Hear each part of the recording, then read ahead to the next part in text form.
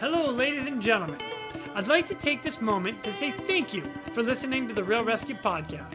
It means a lot to me that you enjoy these stories as much as I do. Since the start of this podcast, we've had a lot of support from all over the world. It has been amazing.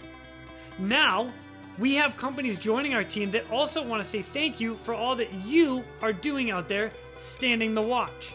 These companies are offering discounts on their products as a way to support the rescue community and those tuning into the Real ResQ podcast. Just go to therealresq.com, click on sponsors, and see these incredible offers for yourself. This episode of the Real ResQ podcast is brought to you by Breeze Eastern, the world's only dedicated helicopter hoist and winch provider.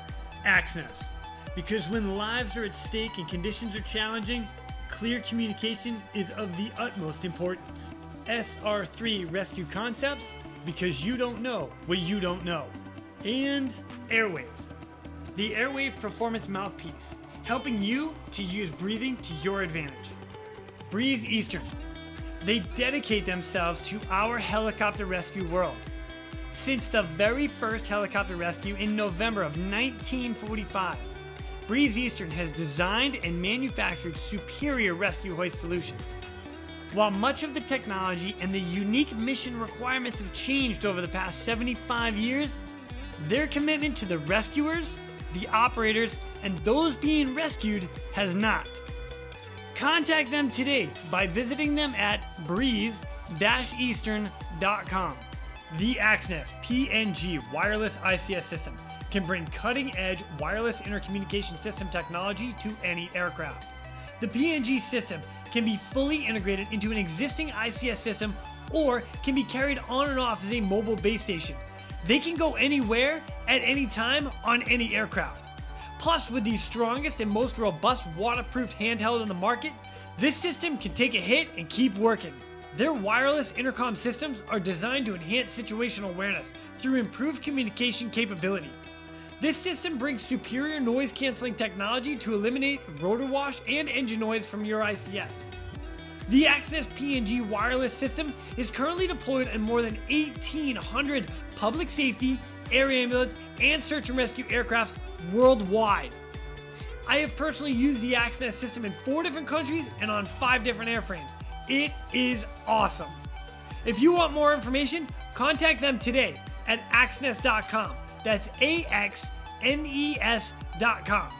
You just make sure you tell them Quinny sent me.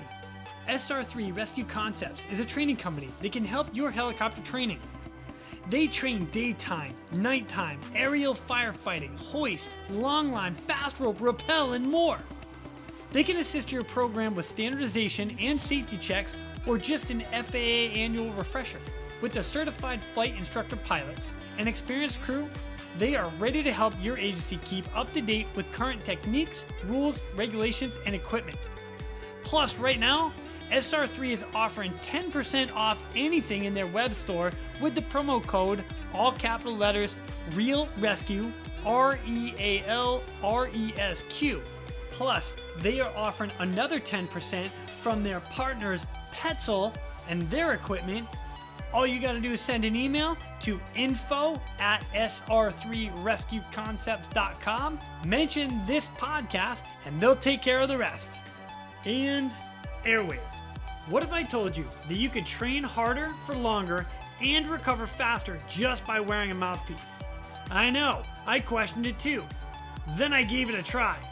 The Airwave Performance Mouthpiece is a breakthrough in performance technology that is scientifically proven with over 15 years of peer-reviewed, published research at the Citadel to open your airway by 25% for improved breathing, resulting in a 20% decrease in respiratory rate, an increase in muscular endurance, and 50% reduction in cortisol levels post-workout. Now, what does this mean to me? Well, now I'm able to train harder, recover faster, and be even more prepared for when that SAR alarm goes off. You don't need to take my word for it. Try it yourself and see how you can use your breathing to your advantage. Go to airwave.com or visit them on Instagram @airwave to learn more about it. Then, when you're ready to give it a try, Because you heard about it here at the Real Rescue, you get 10% off with the promotion code Real ResQ, RealResQ. Coming up next in this episode of the Real Rescue, we are joined by a volunteer rescue guy out of South Africa. He brings a ton of stories of high-angle rope rescue to this episode. As a matter of fact, we talk about 11 different rescues that stand out to him. Most of them come with some sort of write-up of some news article. They are awesome. So please welcome our next guest, Mr. Nic Holmes.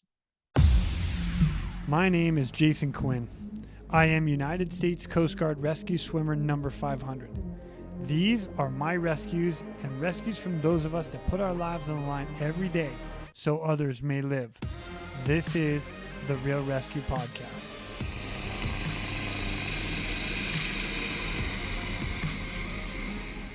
All right. Yeah. Let's go.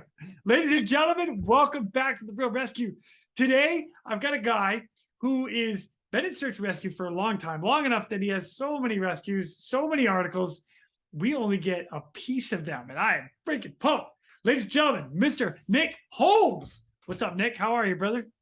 Good, and you, man? How's it going? Dude, I'm fantastic.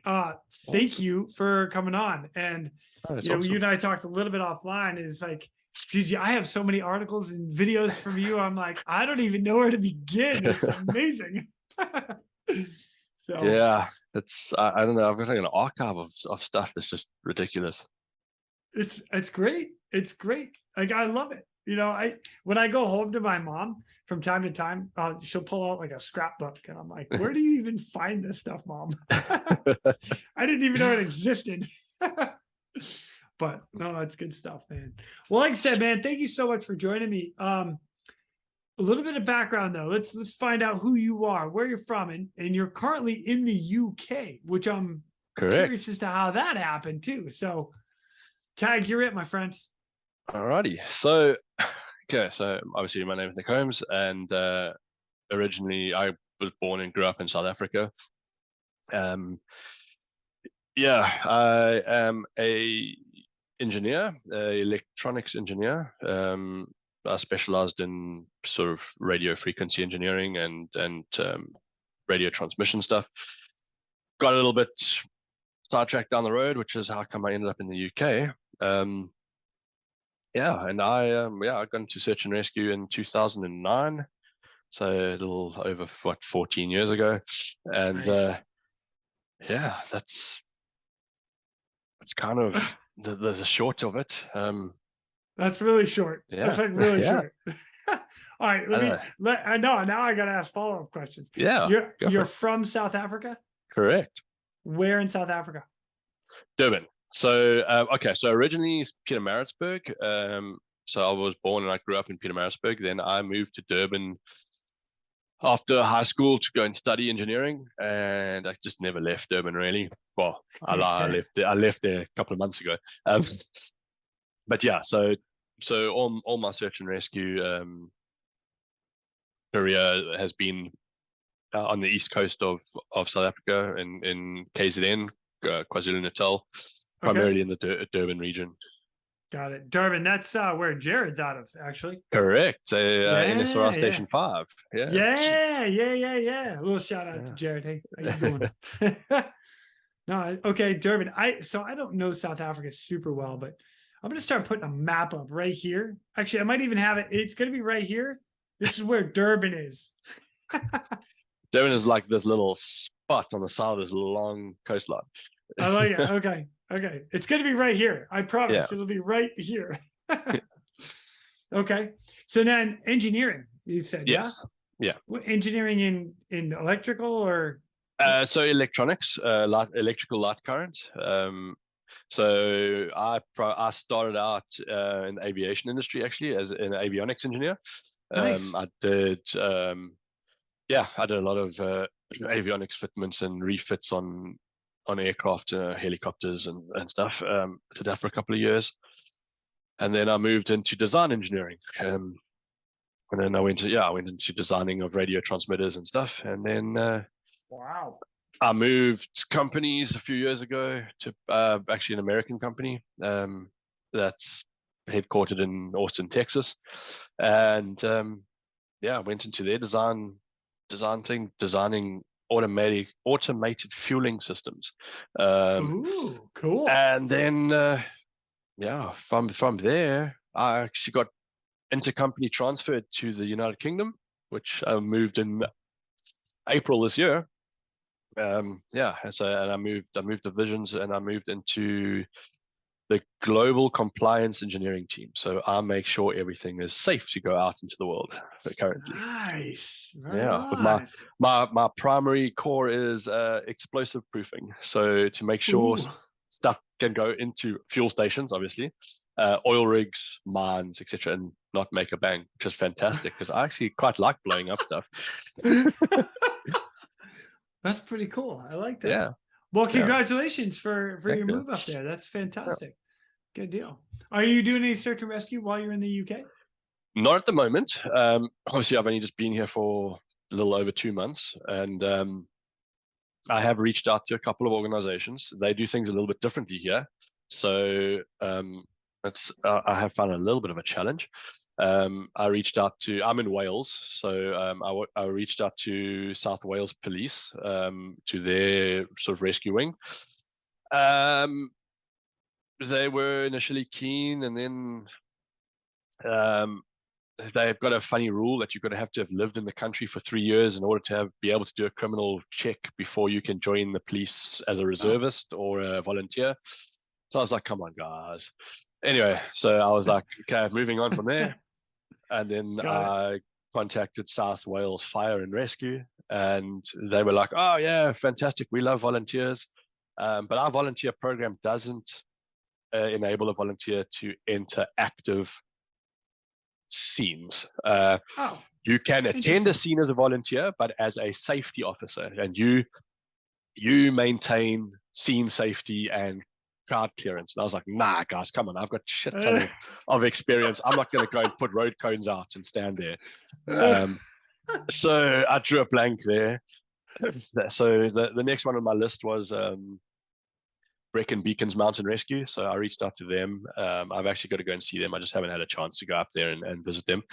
And yeah, they're a mountain rescue organization. I will need to join their trainee program, which sucks because I go backwards. But I understand it from the perspective of they want to suss you out, and then you need to see if you fit the team, and so it'll mean going back to being a trainee for a year before going back onto active calls. It might be, every now and again you get those where they're like, oh yeah, you're up to scratch, you know what you're doing, just jump in, let's go. It always there's that chance where there's a serious case that they need an extra hand, and they're like, yeah, you can do it, pull in. So we'll see. I just haven't had a chance to, and they're very strict on their intakes. They only do one intake a year. So wow. Oh wow. Yeah. Okay.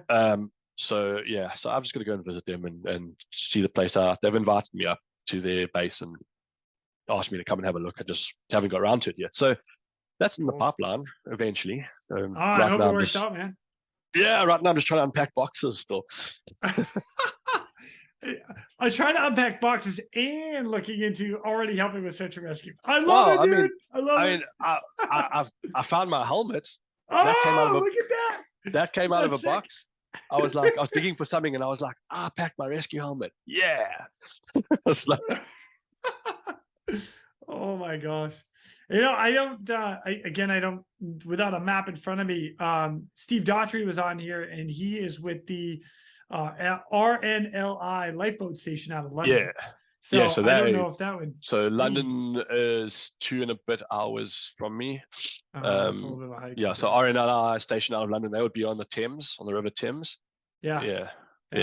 So we've got an RNLI.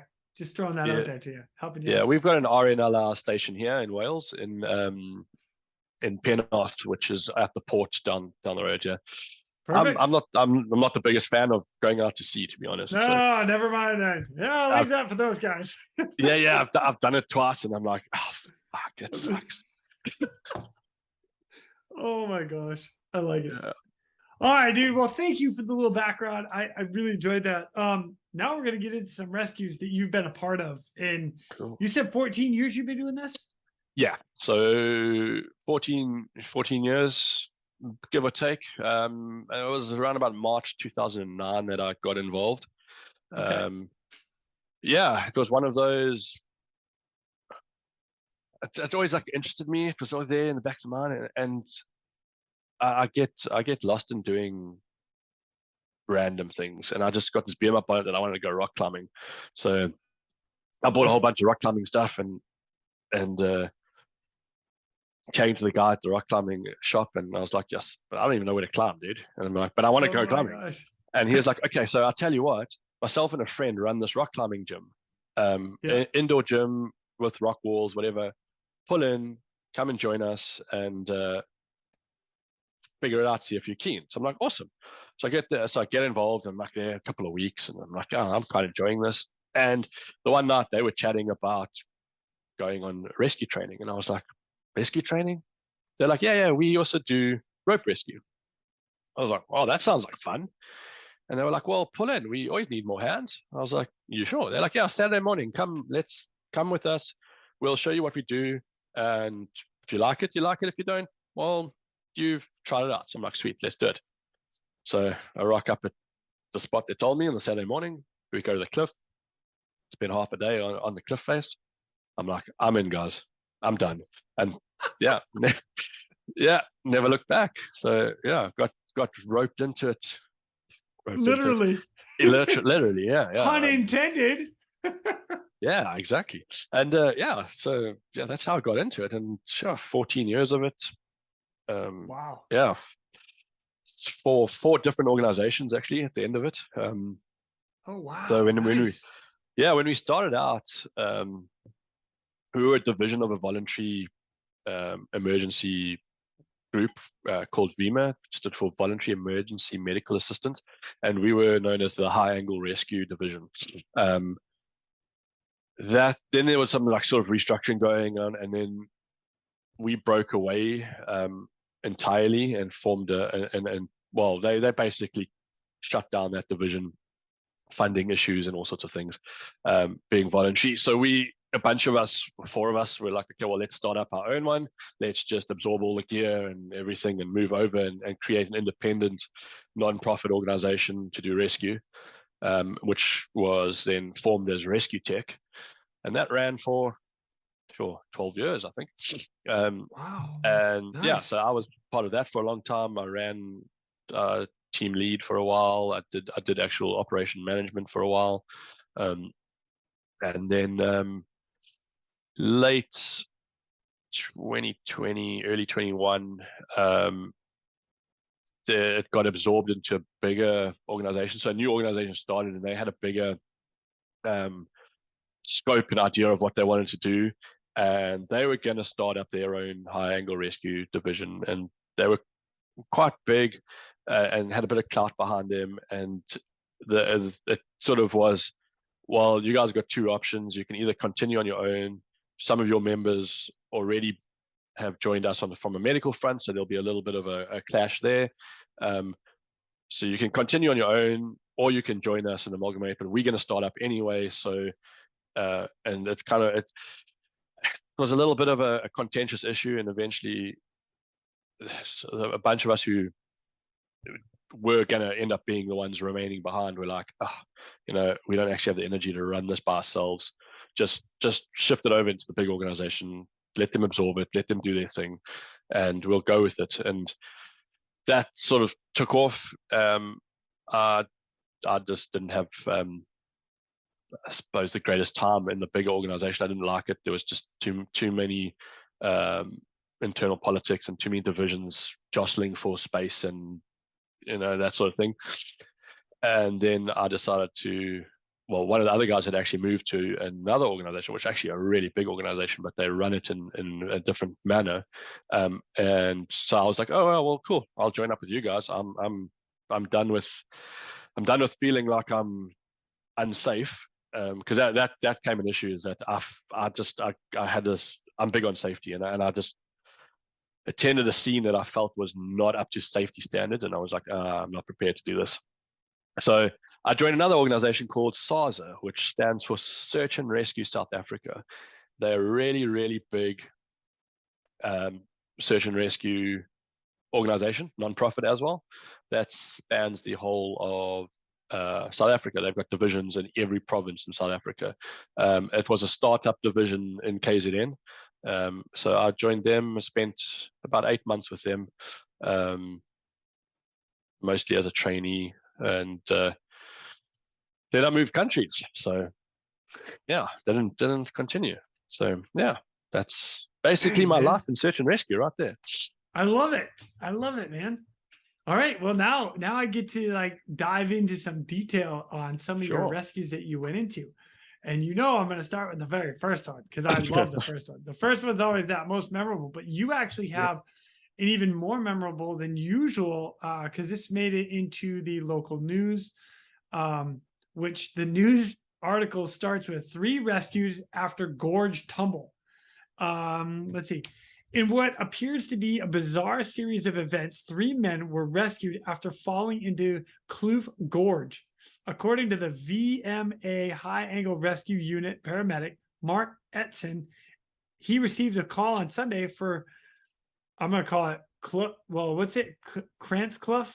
Yeah, so Kloof, just shorten it to Kloof. Everybody knows it as Kloof Gorge. Got it. So Kloof Nature Reserve Rangers saying that they had found an injured man laying in a pathway in the reserve.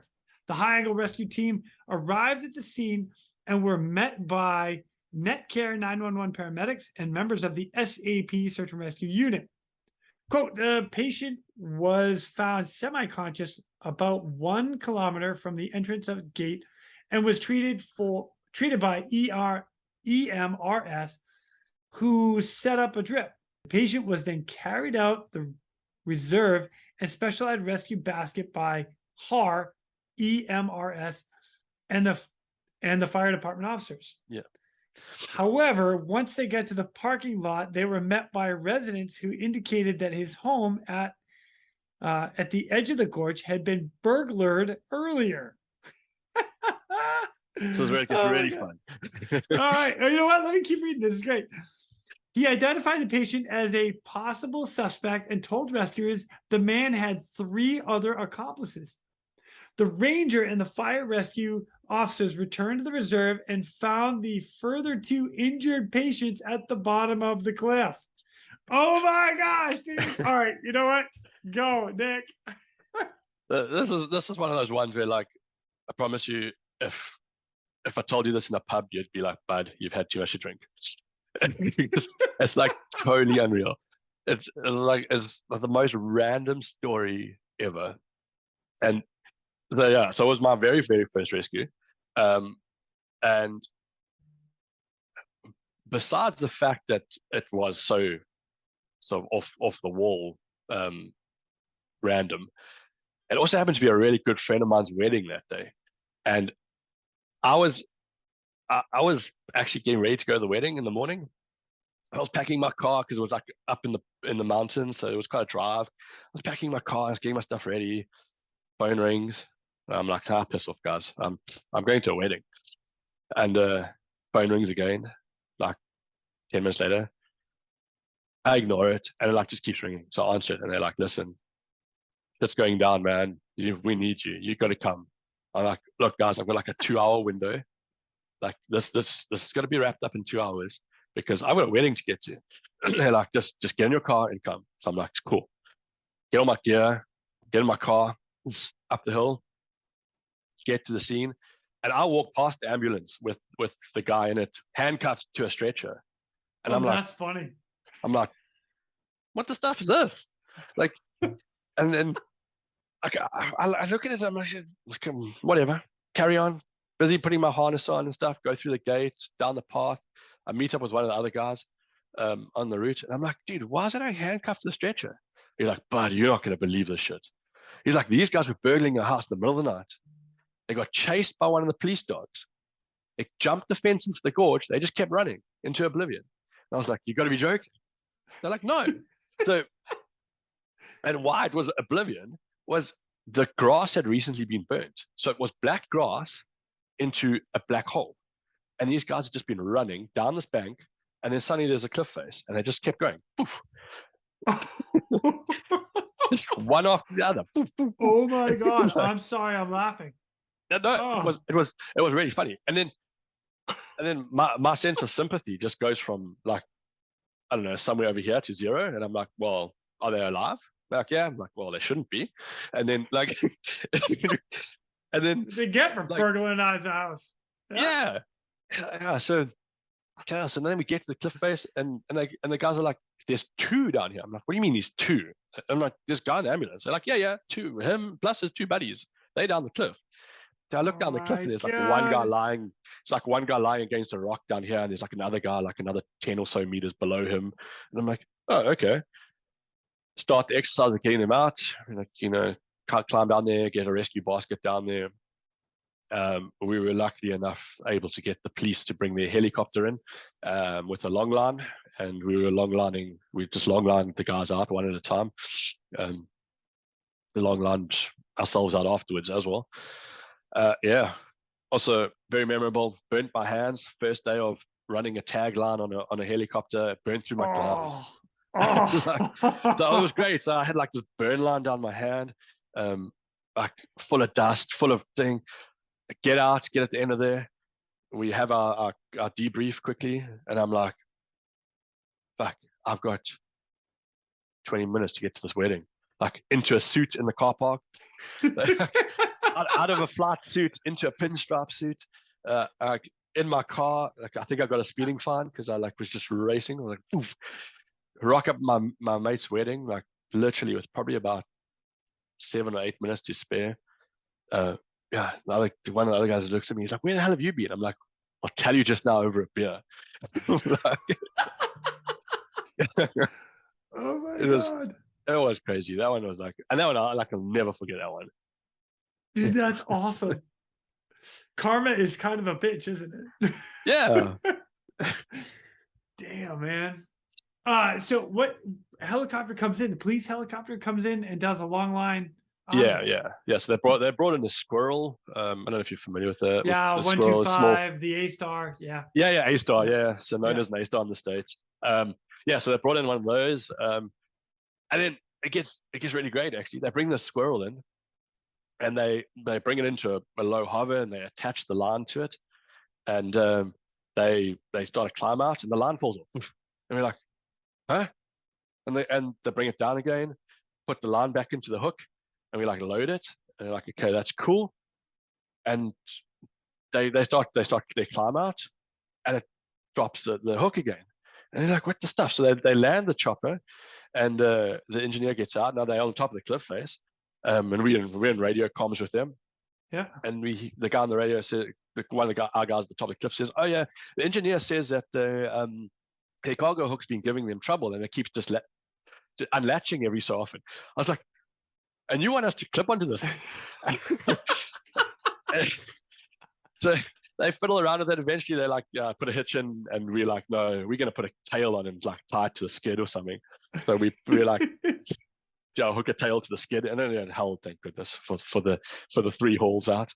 Because I was like, I mean, I've worked on aircraft, and like I'm looking at this thing, and I'm like, that's not meant to happen, guys. Like, I know how a cargo hook works, and like, why is this thing unlatching? So yeah, that was good fun. And nowadays it's 2 cargo hooks. It's the dual. Yeah, so now you've got to have the duplicate for which 2 funny buttons. enough, Fire. Yeah. So which or funny release. Enough, I noticed that one of the guys had been doing a long line in South Africa the other day, and they didn't have 2 hooks on. And I was like, oh, are you guys up to international standard yet? So, yeah. Soon. Someday. But, yeah, unfortunately, in some cases, things only get changed when something goes wrong. So, Yep. It's unfortunate, but it happens. Yeah. So, dang, man. Oh, that's good. Well, thanks for sharing that one. That's fantastic. All right, number 2. I'm just gonna keep going through these if that's cool with you. Go for it. All right. So this one was an article that was written. The headline is "Fireman Suffers Only a Broken Leg After a 35-meter Fall." Oh my gosh, that's like 70 something feet. It was actually a bit further than 35 meters. Actually, it was 35 meters vertical, and then an additional 10 on a 60-degree slope. So, Yeah. All right, so let's say it's 40. You know what? Let's go round numbers. Say 50. It's about 150 feet that he fell. Yeah. Oh, good night. All right, so the article says a firefighter sustained leg and head injuries after he fell down a 35-meter cliff in an attempt to put out a Felt fire. veld So fire. felt Ooh, I fire. don't Yeah. know what So the that is. bushfire. Bushfire. Oh, okay, nice. Oh, learned Yeah. something new today. So put out a veld fire in Hillcrest yesterday morning. So, all right, you guys are out. So you're a firefighter as well, or No, you've been through no. all that? Okay. So we're only specialized rescue, only rope rescue. So in this case, the fire department had been out all night, dealing with a bushfire that was coming up these cliffs, and there's houses on the top. So Okay. they were holding back the fire line from the properties during the night, and in the early hours of the morning, this firefighter misstepped and disappeared off the edge of the cliff Oh my whilst fighting whilst trying to contain the blaze. So yeah, he disappeared into the bottom which was on fire at the time, so it was burning. And how he never died is just another story. I don't even know. So he broke his femur. His helmet was actually split. We found pieces of his helmet, so he broke his helmet. The firefighting helmet actually broke into pieces. There was a portion. There was a portion that we found, and there was portions that were melted, just melted blobs of plastic, so it had been burnt. His radio had come out of his pocket, and we found that as a molten mess in the area. He had the presence of mind to drag himself through the fire line in his bunker gear onto a rock. It was quite a big rock in the area with a fallen tree across the top of it. And he took his bunker gear belt and wrapped it around the tree and tied himself to it. And he stayed there for nearly 3 hours before we got to him. And he did that when we got to him and we spoke to him. He did that because he was worried that he was going to pass out from the pain and fall off the rock into the burning, the undergrowth that was burning around the rock.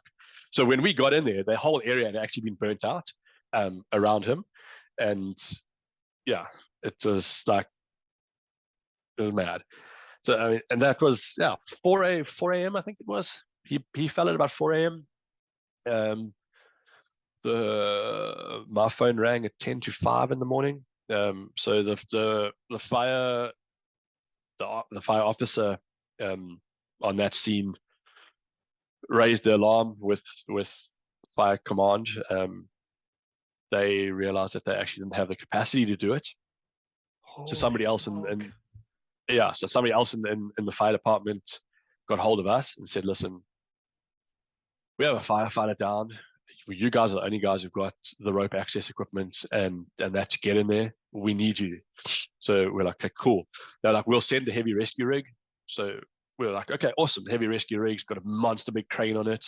And we figured that's brilliant. If we can get that thing in there, we got there. The heavy rescue rig couldn't even get close. I mean, it could get to like the end of the road, and there was still like, I don't know, 700 to 800 meter walk. So there was no ways that thing was even going to be any use to us, but it was there, looked cool. And so we arrived, I think I arrived on scene at about 20 past 5 or so. And the place is just burning, like proper burning. And we get his instructions of like, okay, so how do we find the cliff face? Where are we going? One of our guys is already down there on the cliff. He's established a point of entry. He comes back on the radio and he's like, right, guys, cruise down we had to go through somebody's property. He's like, cruise down to the end of their yard. He's like, climb through the fence at the end. But the fence it's an electric fence. He's like, yeah, just do it quickly. It'll whack you once or twice, but just do it quickly. Like, so a couple of us got thumped by an electric fence climbing through. Oh my God, dude. What the heck? And he's like, okay, so follow the fence to the end of the fence line and then at the end of the fence line, sort of take about a 25, 30-degree veer to your left, and there's a tree stump. At the tree stump, just go straight down the hill, and you'll find us. So we bugger off like, and we like take this veer off, and walking around the bush for I don't know, 10 minutes or so. Get on the radio, and you're like, but what? We can't find this tree stump. Tree stump had burnt. It was no longer there. It had burnt out in the time that he had gone past to the time we had arrived. The tree stump had burnt to nothing. So eventually they sent a firefighter up to find us, took us down. We had to cross through a flame front. They were burning kind of like that. So we had to zigzag through a burning flame front. Oh, wow. Yeah, it was insane. It was just hot. Dude. Yeah, I mean, and the whole time we were like, we're going to be dealing with ropes that are flammable. Like this stuff can melt, and we had to then find trees that hadn't been burnt or that were cool enough to put slings around and stuff, that they weren't going to actually combust our anchor systems, and make sure that the firefighters were on top of keeping the flames away from where we were working. And yeah, so yeah, then I abseiled down into there with a paramedic. I actually went before the paramedic so that we could establish that the ground was safe below before he could go down if I needed to put any anchor systems or anything in. We were down on crew that morning, so there was only, I think at that stage, there was only 5 of us on the scene. So we didn't have as many hands as we would normally have to run it. So I opted to take the Stokes basket, the medical pack, the oxygen tank, and myself all in one go down the mountain. Yeah, that was some crazy additional load on my descending equipment. And it was loaded dark to the max. I was loaded, man. I was like, take that basket, strap everything into it, attach that basket to my D-ring, and I'm going. And yeah, disappeared off the mountain. Couldn't see the bottom. It was mostly because it was still smoky and stuff. Just buggered down till I found the bottom, and then what happened was the basket landed, and I landed like sort of over the basket. Okay. And I sat down into the basket to take myself off the descending equipment. And as I sat down into the basket became a bobsled and started sliding down the bank. That's when I realized that wasn't the bottom. There was still some more to this. My God. So yeah, so I just went with it, just carried on descending, like just letting out rope, just sliding down the bank until we came to a stop. Stood up, my headlamp caught the reflective of the firefighter. I was like, right, this is where we got to be. And then I was like, right, guys, I'm going to stay on the line at the bottom. So we've got some load on the line. Just follow the line till you get to where I am, and then we'll work from there.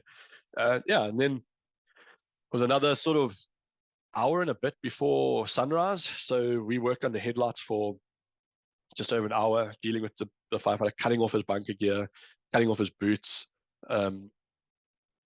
establishing that he had a broken femur. Thank goodness, not a complex break. Set up RV line, established sort of pain meds. Paramedic issued some pain meds to him, kept him comfortable. Then the guy started getting, obviously once you give the guy morphine, they get the shivers and stuff. Now you got to try and keep him warm. I'm cooking, man. I'm like, this place is on fire, bro, and you shivering. I'm like, yeah. So dealt with that, and then we established that the best way out of this is going to be with the helicopter. We're to take him out in the conventional method of you're 50 meters down, 150 feet. That's a long way to try to bring somebody up with a couple ropes. It's not that bad in a mechanical advantage system, in an upward haul system. Okay. It takes time, which is fine, but the environment wasn't conducive to it. I mean, stuff was burning. We didn't know how hot different areas were. Now you're going to run ropes through on the ground. You don't know if it's running over hot rocks or anything burning subsoil. So we figured, like, listen, we actually need a helicopter. So the go-to out in South Africa is the military. We don't have we don't have civilian operators that are hoist and long line equipped. The police sometimes have the capability, but the military have a tasking to do rescue work as well. So we get hold of joint ops, and we're like, this is a situation. We have a firefighter down. It's not a member of public. So this is a government entity. We have a firefighter down. This is where we are. We need an airframe. And they're like, okay, so our airframe is on deployment right now. So we don't have many airframes. This is not America. We have like 2. So I love how you just said this is not America. We're in South like, Africa, damn it. I don't have a helicopter like I do a mosquito. Yeah, exactly. we like the Air Force Base 15 Squadron has like 3 or 4 airframes, and they're mostly in cycle. So they've got 2 medium lift helicopters known as the Oryx, which is a Super Puma, and then 2 light helicopters, which is an AW109 Augusta Westland. And those are not really conducive to this kind of rescue. So we needed the Oryx, the medium lift helicopter. It was out in deployment. Their second one was down for maintenance. So we were like, okay, now what happens? They're like, well, we'll redirect from deployment, but it's going to take some time. We're like, okay, fine. Some time turned into 3 hours. They had to divert this machine from up north, bring it back in, refuel it, change the crew, bring it back, get it back to us. Get it out to us. Eventually, we hoist this firefighter up. He's been down there for 5 and a bit hours now. We've been down there for 4 and a bit hours. Get him out, get him into the machine, get him off to hospital. And then we all look at each other and we're like, oh shit, we've got to climb back up this cliff face. So I can't even remember how I was shattered. I was absolutely wrecked. Then I still went to work after that, and I did half a day's worth of work. You know, it's like, I think I cruised into the office at I think midday. And I remember the boss looking at me and was like, "Where have you been?" Like, down a cliff face, man. I was like, I was saving somebody, man. That was an incredible rescue. Actually, that was pretty decent. Yeah, we went on to being nominated for a bravery award for Centrum Guardians for that rescue. So I actually have that up as well, which is super cool because it actually recognized a list of people here. Like everybody got listed. So the volunteer rescue technicians from the Rescue Tech High Rescue Unit, ER24, and firefighters from Pinetown, Gillets. Got it. And Hammersdale Fire Station. That's a lot of people. That's awesome. So So we pulled 3 different fire stations in to try and control the blaze while we were working. So and then it was ourselves as the specialized rescue unit, Rescue Tech. ER24 was the paramedic service that we pulled in. Eventually SAP's search and rescue arrived as well, and then obviously the South African National Defence Forces 15th Squadron. That's awesome. Now, what is the Centrum Guardian? Like, it's you and I were talking a little bit about it, but so Centrum is a multivitamin company that does, well, they branded their vitamins as, you know, high energy for that boost, you know, the 25-hour day thing. And they used to run this program called the Centrum Guardians, where they every year would give an award out, a Guardian Award, to somebody or a group that did something out of the ordinary. So there would be a bunch of nominations, and you'd all go, and then there would be this voting process and what have you, and you'd get it. So we were the runner-up that year. We didn't win it, but we were nominated in 2012 for bravery based on that firefighter rescue. Wow. You know what? Even if you nominated for something like that, I mean, you guys went way above and beyond. So, and with the amount of resources to go in and get the one man down, and it's one of your own. So, I mean, I'm all about it. Man, well done to you and everybody involved. Holy cow. That's insane. Dude tied himself to a damn tree so he didn't fall in case he passed out. I love it. Smart thinking. Yeah, thankfully he did that, because I don't actually didn't even know. Jeez, oh man. All right, I'm going to go to the next one. All right, now Cool. there's no write up, there's no nothing. This is just something you and I talked about a little bit. But this is a memorable case for you, and this memorable rescue has to do with a 16-year-old. So what was Yeah. that all about? Unfortunately, a really, really sad case. And I think that's why it's so memorable, because it really just sort of struck a chord. Um, and and these kind of cases, they have a habit of happening on a weekend. Um, and so you're like, it's your downtime and what have you. And being a volunteer, you don't really have downtime. It's you don't there's no shift stuff. It's when it goes down, and you just get in your car and sort it out. Um, so my wife was away that weekend, and I was at home by myself looking after the dogs. And I was like, okay, well, I'm gonna take the dogs out for a walk. So I left my phone at home, went out for a walk, came back, and there was just like 27 missed calls and like 70 messages. And I was like, what the stuff's going on now? Wow. So I quickly scrolled through the messages, and I was like, okay, I see what's happened. So I phoned the guy, I phoned Dan, who happened to be in charge that day. Phoned him up and I'm like, hey Dan, what's happening? So he's like, listen, this is what we've got. We've got a young girl. She's about 16. She has jumped off the cliff, and so she's attempted suicide. And I was like, okay, so what's the situation? And he's like, well, they've declared her deceased. So I was like, okay. So look, I'm going to be straight up with you. I'm not up for dead bodies today. So you guys have got it under control. A deceased person can take as long as you like. There's no urgency in the case. Just continue. And if you're really desperate for hands, give me a shout. He's like, okay, cool, hundreds. Puts the phone down. I go to the kitchen. I'm like, I need some food. I open the fridge. My phone rings again, and I'm like, oh, it's Dan.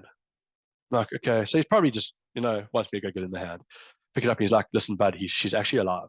So I'm like, Holy all right. shit. So he's like, so get in your car and come. I'm like, right, Dude, you I'm on just my gave way. me chills, man. Like Yeah. literally, I just got chills all over. So I was like, okay, I'm on my way.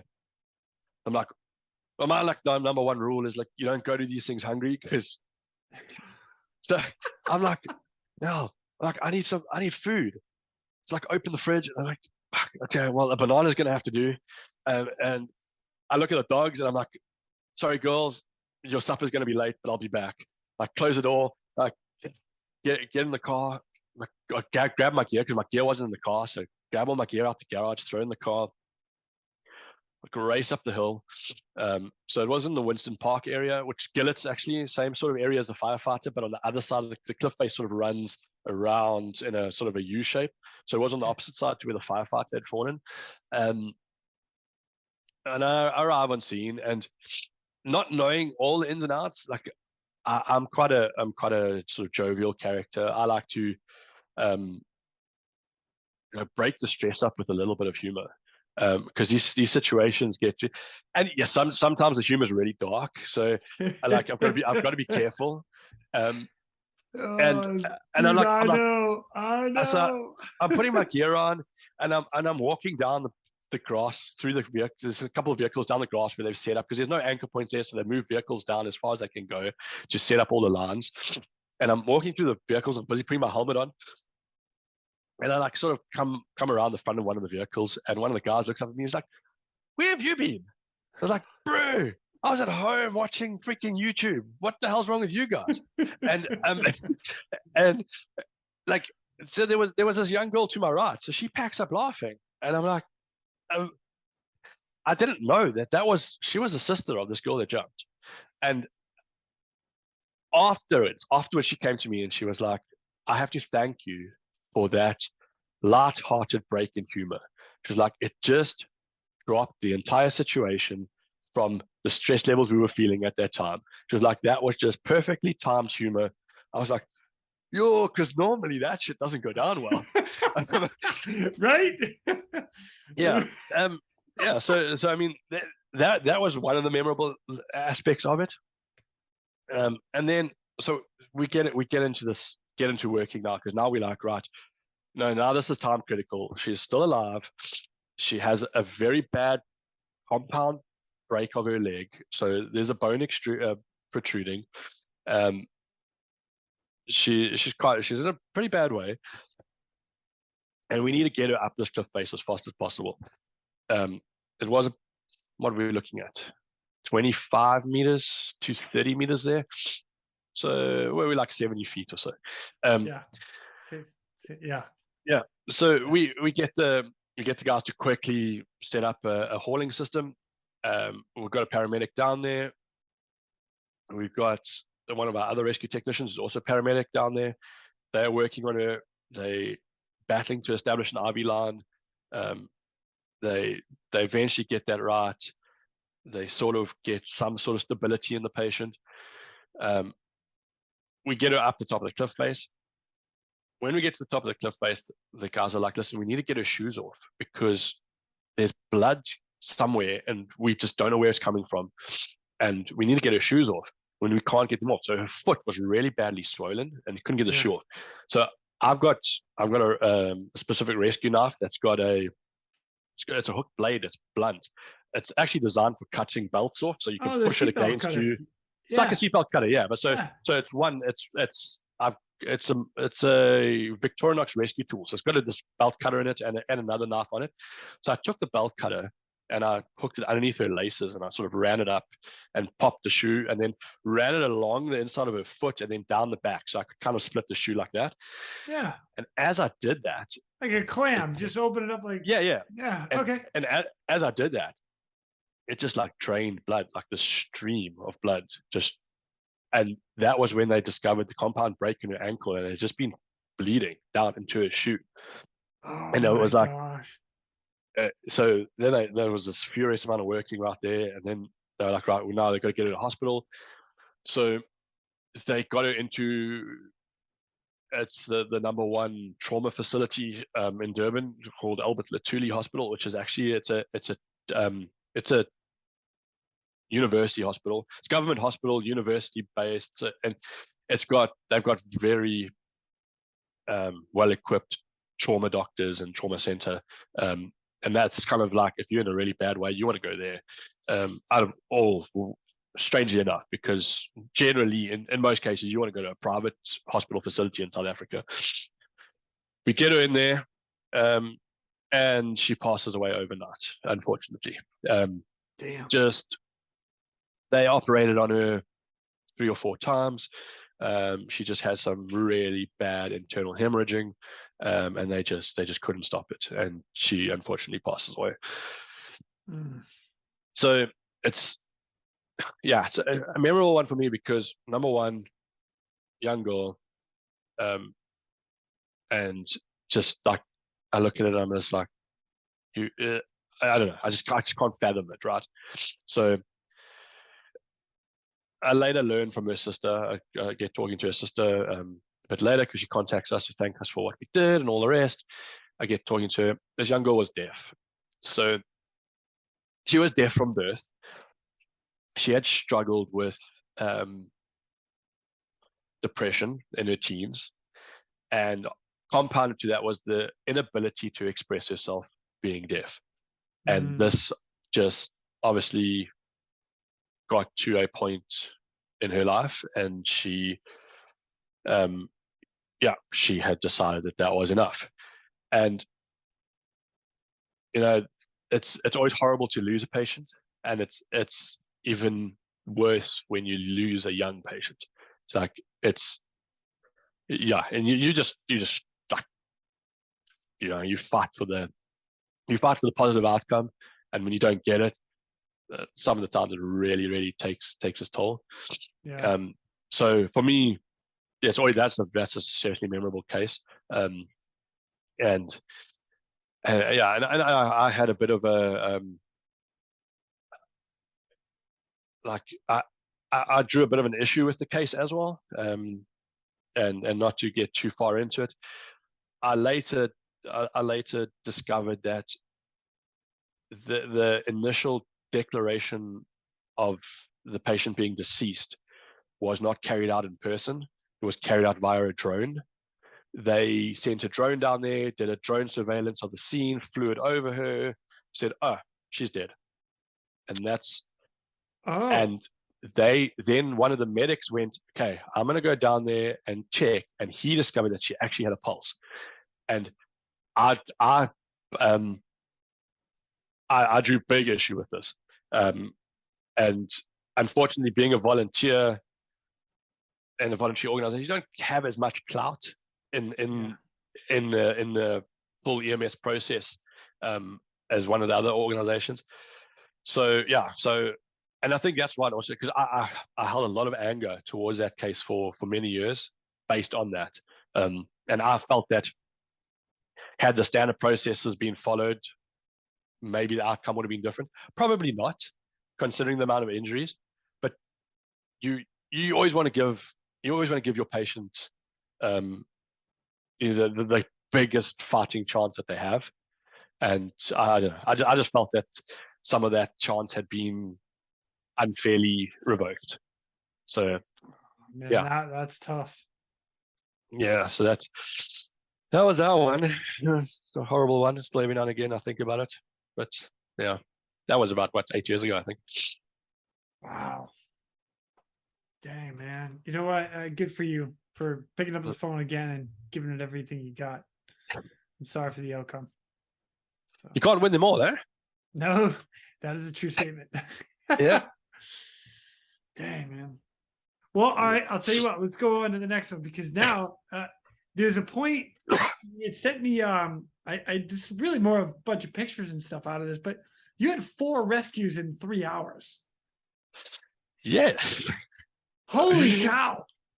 Let's how do you say shit show in a nice way? I mean, listen. I've been in an ambulance, and I've gotten called out multiple times a day. I get that, but to do literally 4 rescues in 3 hours, it was just compounding on top of itself. Yeah, that one. Yeah, that was an interesting day. Again, a weekend. Again, of course, because I mean, why not? Yep. Why not? Let's give you some backstory to that one, actually. So, yeah. During the whole COVID, whatever you want to call it, weirdities. That's pretty good. I like that one. They did some strange things in South Africa where they closed public areas, parks, nature reserves, hiking trails, etc. Places where you were like, well, you're in the open and you're away from people. What's the difference? Anyway, be as it may, it was one of the strange things. And with the confinement and the restrictions in place, you got cabin feverish people, especially in South Africa, where you've got really good weather. People like being outdoors. Now we're not allowed to be outdoors. Come this incident, where they had opened the reserves about 2 weeks earlier, and this happened to be a really good weekend of good weather, and everybody was like, we're going hiking, whether we've been hiking or not in the past. We're going hiking. Everybody had to get outside. Everybody was outside. Yeah, and you cramped up for too long, and it's time to get outside. I get that. Time to get out and do some I stuff. get that. And so what started out as a group of hikers, I think there was about 8 of them, gone on this hike down to the waterfall in Kloof Gorge, which is a nice hike, and it's a great scenic thing. It's a cliff, it's a ridgeline trail that then zigzags down the cliff face, about 130 meters in elevation, and then you follow the river back upstream. You do one crossing, and you come up underneath this really big waterfall, and there's a nice big pool there, and it's quite a nice spot for a picnic, and some people swim in the river. Cool, awesome spot. So these 8 decide that they're going to go there. They've got limited hiking knowledge. They limited fitness. They go to the spot. And in the midst of their picnic, one of them walks underneath the bottom of the waterfall. You can do it. There's like a bit of a ledge, but it's wet. That's pretty cool. Yeah, I'd totally be underneath the waterfall. I mean, I'm just saying. But it's wet, slick rock. So you've got to be careful. She slips, falls, and goes over the edge into the waterfall, into the pond. Of course she does. Yeah. Friends managed to recover her from the water up to the side. She's injured her back, injured her neck, and one of the friends, the fitter of them, decides that he's going to run back because there's no cell phone signal down there. It's this really tight crevice. He's going to go back up till he finds cell phone signal and raise the alarm because obviously we need to get it out. And along the way, there's these markers, trail markers. On the trail markers has our phone number. And it just says there, in an emergency, call this number and, tell us which marker you're at. So him and then one other decides they're going to go with him just in case because a little bit of panic. So they go up the trail. Gets to where the cell phone signal exists, gives us a call. We're like, okay, cool, no problem. He says, no, he'll meet us at the car park and guide us back in. Like, okay, well, we don't have to. We know the routes, but cool. Unbeknown to us, leaves the other person to go back by themselves. In the midst of this other person going back, they slip and fall and injure their ankle, which we only discover when we go into the primary case. They come across the second injured person. And it becomes okay, so the second injured person is a very quick extraction. Let's get them out quickly, and then we'll continue with the primary case. So they extract the first person. That's at the point where I got involved because I wasn't there, or I was on my way there. I can't remember. I arrive at the car in the car park because I live actually sort of the furthest away from that area than everybody else. I arrive in the car park. They're busy loading this patient in the ambulance. I'm like, oh, cool, you guys are done. They're like, no, second patient. I'm like, whoa, hang on, what? And I'm standing in the car park now, catching up when this hiker comes past and this goes, oh, by the way, there's somebody who slipped and fallen on the trail down there. We're like, yeah, no, cool. They're in the ambulance. So he's like, okay, awesome. We assumed here that same person, right? We're now working with the primary case. Second set of hikers come through and goes, oh, do you guys know about the person with the ankle injury down the trail? Then I'm like, there's a 45-minute delay here between these two hiking parties that have come past. This is not one and the same person. Oh my God. So I'm like, okay, get on the radio. I'm like, guys, I think we have a third case. They're like, no, impossible. I'm like, well, we've had the second hiking party come past and ask us if we are aware of an ankle injury on the yellow route. I know we took the one ankle injury off earlier, but it's impossible that this second crowd has not exited the reserve, in this time frame. It just doesn't make sense.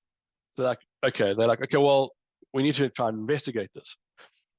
So we're like, we're already down on resources. Now, what are we going to do? So we're like, well, we're not sure if this case actually exists, but we need to kind of pull people off the primary case to go and do this. So we established that the guys at the primary case, they settled, they've got it all sorted out. We're like getting a helicopter in to extract this patient because there's no ways we're going to climb out this gorge with this patient. And at that time, we're like, okay, well, we're going to send somebody to go and find the third case. So two guys go off to go and find the third case while we establish the scenario for the helicopter to come in. Now, the helicopter at that time, it's an air ambulance. It was a Bell 407. Luckily, it was the 407. So it's a smaller machine, smaller rotor disc, and we believed we could get it into the bottom of the gully. the pilot came over the top, and he said, yeah, no, he believes he can get into the gully if they clear some trees. So we're like, oh, okay, let's get some chainsaws out. So Nice. whip out some chainsaws, make a quick, rappel line down the face of the waterfall, send some chainsaws down. We hear the screaming of chainsaws for about 20 odd minutes while they cut trees back and make an area for this helicopter to come in. Now, while this is happening, I've moved slightly down the path a bit so that I can get a better view down into the gully that way, and I can look down to the bottom. And you can see some of the hiking trail in the bottom and what have you. And I'm standing there, and another hiking party comes past, and they're like, there's some people shouting for help somewhere. We don't know where, but we could hear them on our way up. I'm like, well, now you got to be shitting me. I'm like, please tell me this is case number 3 with the ankle injury still, which our guys have now found. And they are established that they just need to brace the ankle and help this person walk out. No big deal. So I'm like, okay, cool. So I'm like, yeah, sure, we're onto it. Don't worry about it. No problem. They're like, okay, awesome, as long as you know. And they leave. And I don't know, 10 minutes goes by, and another party come out. They're like, oh, there's some people shouting for help. We're like, all right. I was like, okay, when did you hear this? They're like, no, about 5-10 minutes ago. I'm like, okay, which trail did you come up? So like, no, we came up from the green route, and when we joined the yellow, and I was like, oh shit, the green route's the one that goes into the bottom. I'm like, okay. So like, all right, let me walk along a little bit further. So I walk along to this sort of jutting rock that sort of juts out and hangs over the edge, and you can look down into the bottom. And I'm standing on this rock and looking up the valley, looking down the valley. And as the wind sort of dies, I hear this shout for help. And I'm like, no, no, it's not happening. So I get on the radio, and I'm like, guys, there's some people shouting for help. I can hear them. And they're like, are you sure? I'm like, yes. Like, on top of the fact that 2 other people have come past and told me the same story, we have a 4th case. They're like, no, we don't have resources for a 4th case. I'm like, I know this. So I'm like, I don't know what to do. Where do we start? So I'm like, okay, well, let me try and establish where the shouting is coming from. So you stand there. Out the corner of my eye, I catch a reflection down in the river. And it happened to be the person's spectacles catching the sunlight. And they were in the river. They'd gone off the trail, and they'd gone down the river, and they were lost in this river. So I could see them from the top. And I was like, okay, guys, I found the subject. It's a lost person scenario.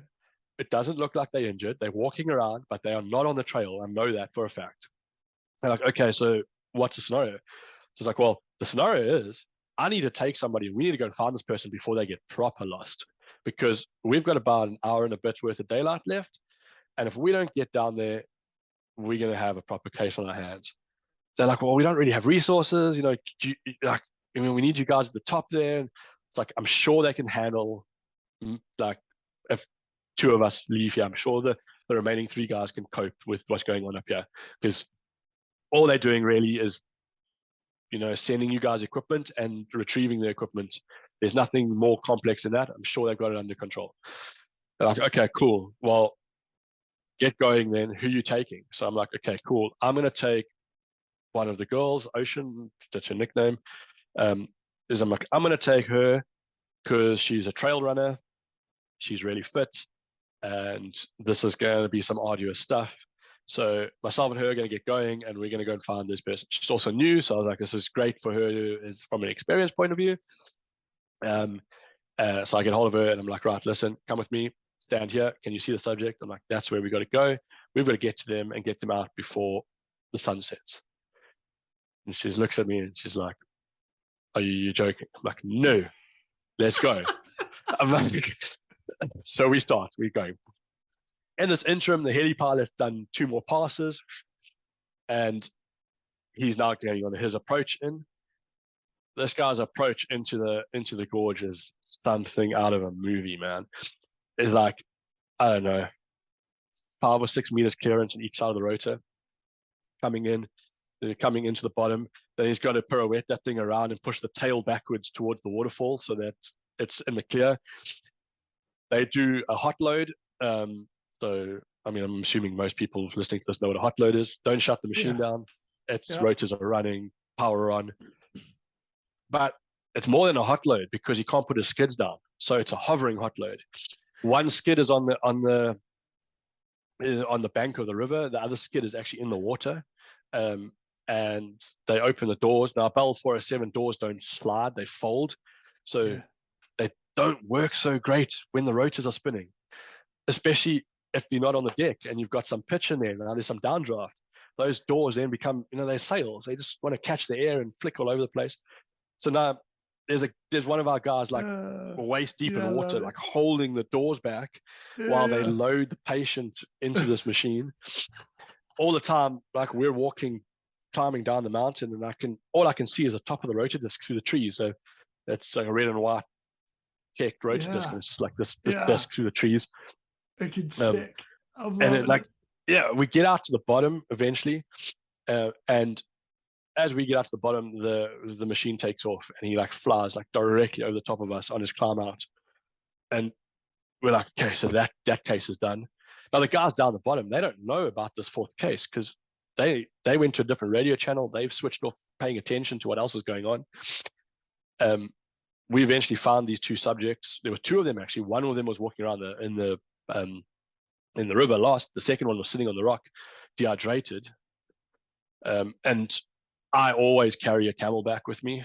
It's just like my gospel thing. I just don't go anywhere without water. So we give her a bit of water. We try and get her a little bit hydrated. 2 elderly ladies, sort of mid to late 50s. So not very fit. They were out on a Sunday stroll. Didn't have the best equipment. Didn't have the best shoes. Had run out of nutrition and liquids hours ago. They were well off the trail, so now we had to get them back on the trail. So got them a bit hydrated, and then now we entering twilight, so we're running out of light, and we got to get this wrapped up. While we're busy getting these 2 ladies back to the trail, the group from the waterfall comes wandering down, and they're like, "Oh, what are you guys doing down there?" I'm like, "Well, this is case number 4." They're like, "Case number what?" I'm like, we're on the 4th case here right now. We need to get these 2 ladies out. They were like, "You guys, no, like, we're wrecked, man. We don't have the energy to take like any more people out of this place." We're like, "Well, we've got to get out." And we're like, "Here's the deal. Like, let's get out and go home before any more other people fall." Like, and thankfully these ladies were just dehydrated. So, but it still took us another hour and a bit. We got out well after sunset. Got them out, and we get them to the car park, and then they realized that, the case number 1, the one that got heli extracted, has the car keys for their car. So they've gone to hospital with the car keys. I was just like, "I'm sorry, ladies, this is no longer my problem." Like, I'm done with helping people right now. I mean, like, oh my God, that's hilarious.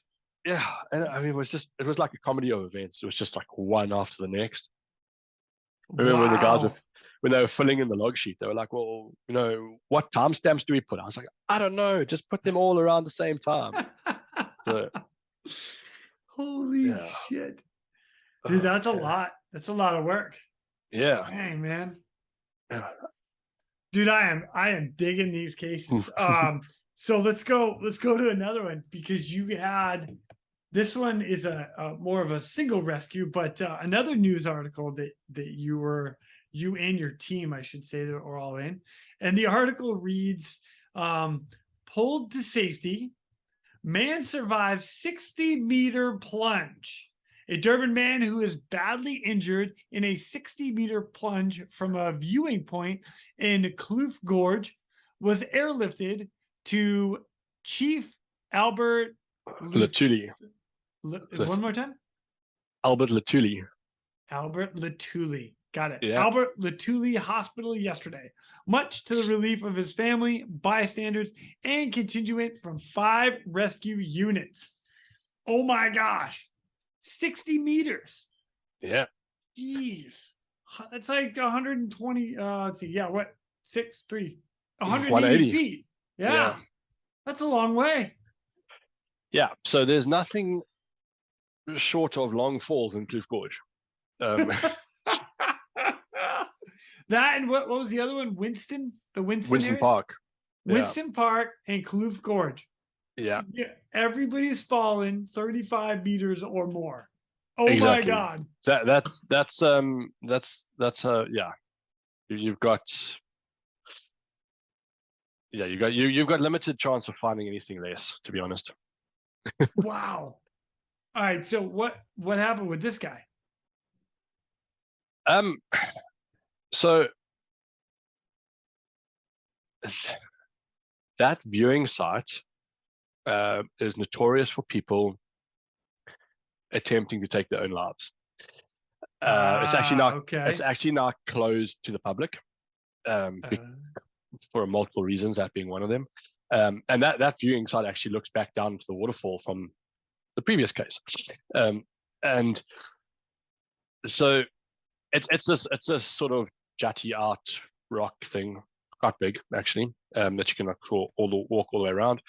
Very high, tree line below, but the trees are a good, I'd say, 15 to 20 meters tall.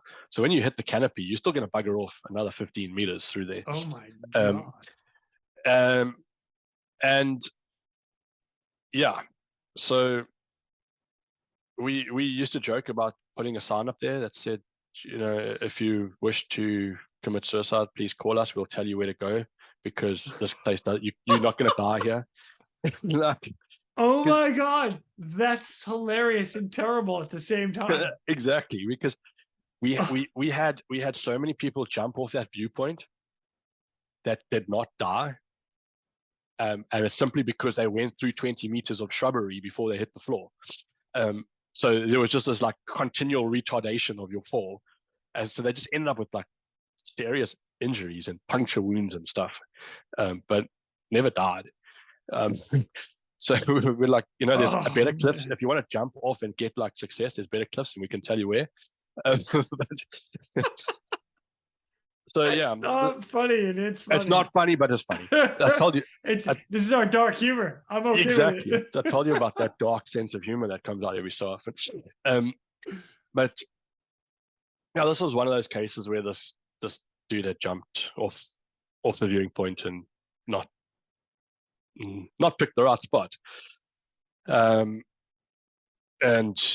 yeah, had a couple of injuries, some, if I remember correctly, a head injury, and both ankles were broken, and ribs and something else, punctured lung, I think.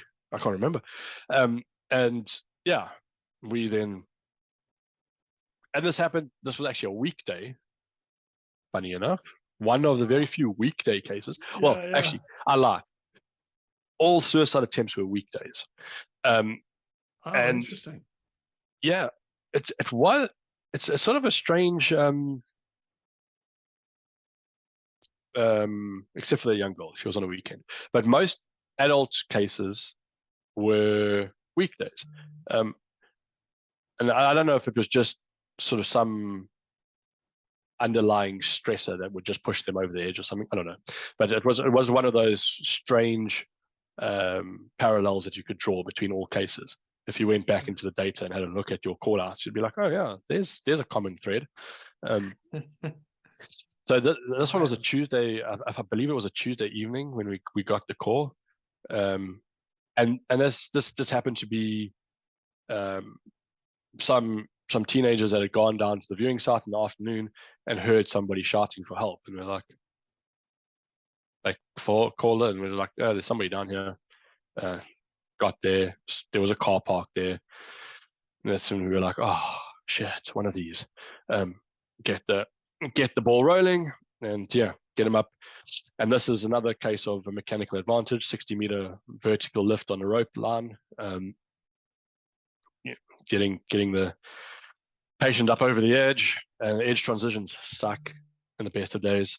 And yeah, that was a cool case in some aspects. Quite a few different organizations involved.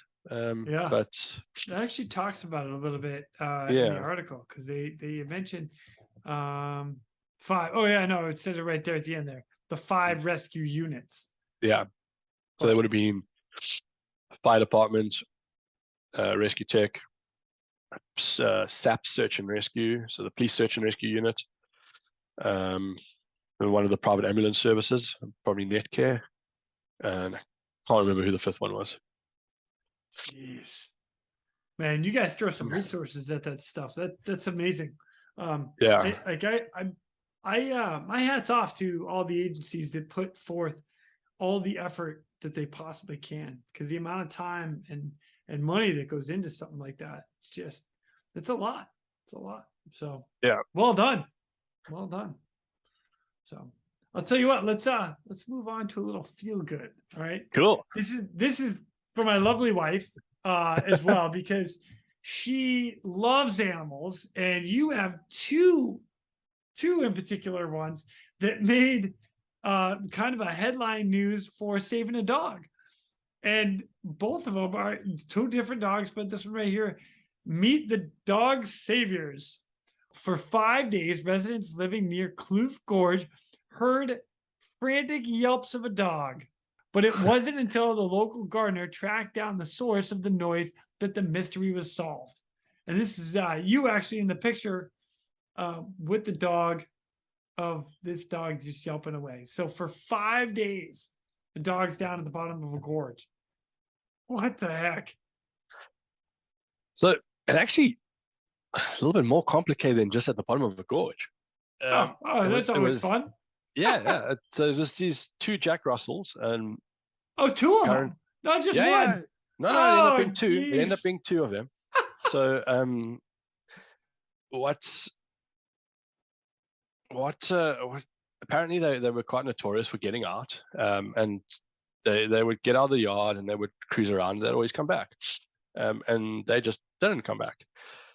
And they had gone exploring into the nature reserve, and what had happened is there's an area along one of the paths that's full of sinkholes, and they had fallen through a sinkhole. Both dogs had gone through a sinkhole into a cavern, and the cavern was about 70 meters deep by about 200 or so meters long. Wow! But it was a staggered sort of drop in. So they had, we assume, they'd fallen in on the shallower side and gone down, but then couldn't come back up. So the shortfall was about 9 meters still. And the only way we could get into this cavern was the biggest sinkhole we could find to access was in about a 40-meter drop in, and yeah, so they sort of triangulated the noise of the dogs from across the valley and sort of figured out that they were coming from this corner, and in the corner was this big crevice, and a couple of guys, local rock climbers on the team. When we sat down and we were like, well, this is it. They were like, they're in there. They have to be in there. That's the only logical place. Let's just go and have a look. So we got all our gear, bit of a walk. We could hear them as well echoing around while we were walking. And we got over the top where the sinkholes were. And we're like, no, you can hear them in the sinkhole. So they're definitely in the sinkholes. Set up a system to go over drop down into the sinkhole. Dropped one person in there. Took a rope bag, actually. We unpacked a rope, took a rope bag, stuffed the dogs in the rope bag, closed it so they couldn't escape, and then hauled them back out through this hole that was maybe the size of a sewer manhole. Oh wow, tight, Yeah, small. no, small, but and rocky. So I mean, it wasn't like a smooth column either. It was staggered, so it's sort of come out like that. Um, Like a little zigzag, like yeah, little contortionist action. yeah, yeah. And that took us a good. That was sort of went into the darkness. We got there late afternoon, and I think got out there about 6 at night, and just starting to get dark. Took about an hour and a half, 2 hours to pull that one off. Wow, dang, Yeah, freaking dogs. Love yeah. dogs. Freaking dogs. My wife is Not super happy right now that you went out of your way to save the 2 Jack Russells. Well done. yeah. Well, then you had another one. This is another one. Puppy rescued in 8-hour operation. Oh my Yeah. gosh. So that's You do probably it all. that's probably one of about 5 or 6 that we've done, that's taken long like that. So it was quite common for dogs, especially puppies, to get into stormwater drains in South Africa. They Okay. third world country, stormwater crates are missing, open drain ends, things like that. And yeah, so we've done a couple. That one obviously made into the newspaper.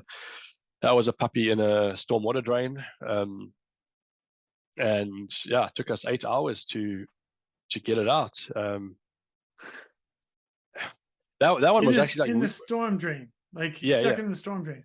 stuck in. So the storm drain was full of debris, and that was actually the issue. Is this dog was inside the debris. That the pipe wasn't big enough for any one person to go down. So try and get it back out was this challenge. And eventually what we did was we took a drain rod, like one of those drain clearing rods, Okay. put a really small line on it and a carabiner, and pushed it down until we got to the mess, whatever, the debris and everything, and just kept pushing until it got through that debris. It just kept adding rods until it came out another drain down the road. We then took as many rope bags as we could find, tied them together in a ball on a big line, pulled the big line back through there, and then just pulled this plug down the drain until it just collected everything. And we just pulled this plug, and we just pulled a plug of rubbish, dog, the whole lot out to another stormwater drain. Oh my gosh. So that was a how do we say that? That was an eco-friendly rescue. There's others where we've just taken a JCB and just dug the whole road up until we got to the stormwater drain, broke the pipe open, Oh and my then gosh. yeah, That's we crazy. we dug up somebody's garden at 2 a.m. like literally like a swimming pool size to get to to open up the storm pipe to get a dog out. Wow. Man, you guys go like way above and beyond. That's amazing. So it's actually interesting how we got onto that. Like obviously we always did the technical rope rescue, and it's a non-profit organization.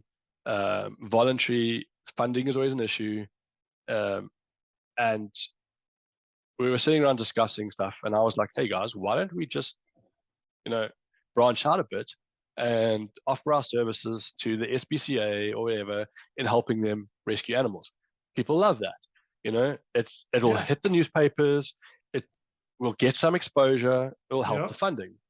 Oh heck yeah. So absolutely. Like, back and forth a bit, and then eventually we that's what we ended up doing, and yeah, we were well known for it. And that's kind of, I mean, that's how I got coined that's my the dog how Nick. I got dog because Nick. I was like I got I was like you're the one who wanted to rescue dogs. You know what? It made 2 articles, which helps you. Well, it actually made it a lot more than 2 articles. It made about beautiful. I think it was about 10 or so. I just couldn't find them all.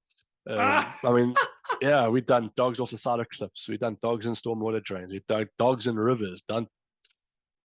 Yeah. My wife pick a is few, so name it. excited right now. I'm not gonna lie to you. She's like, "Oh, this is amazing."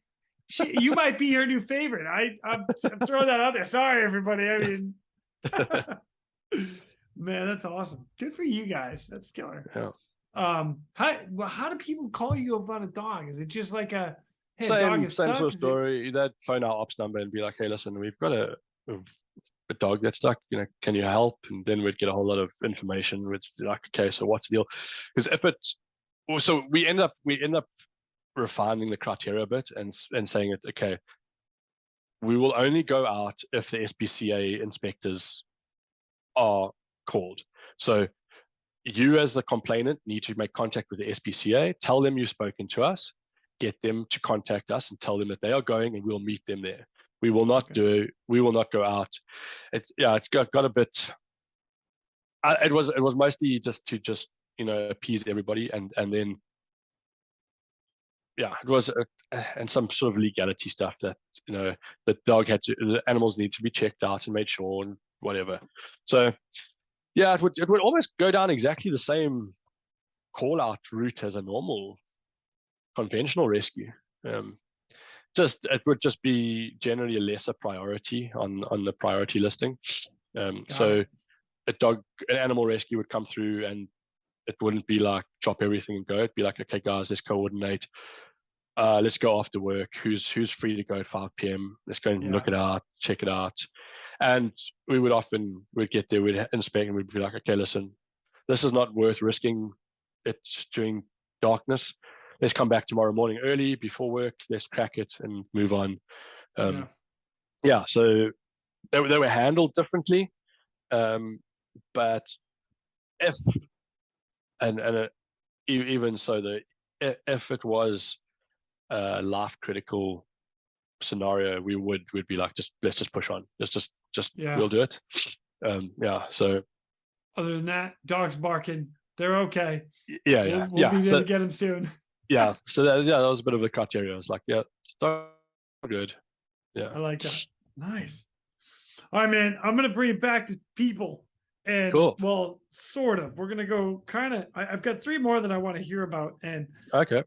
The first one is let me get to it real quick.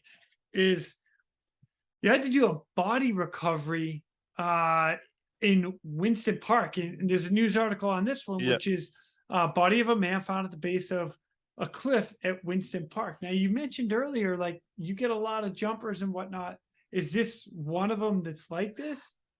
No, this one didn't seem to be a jumper. This seemed to be an accident.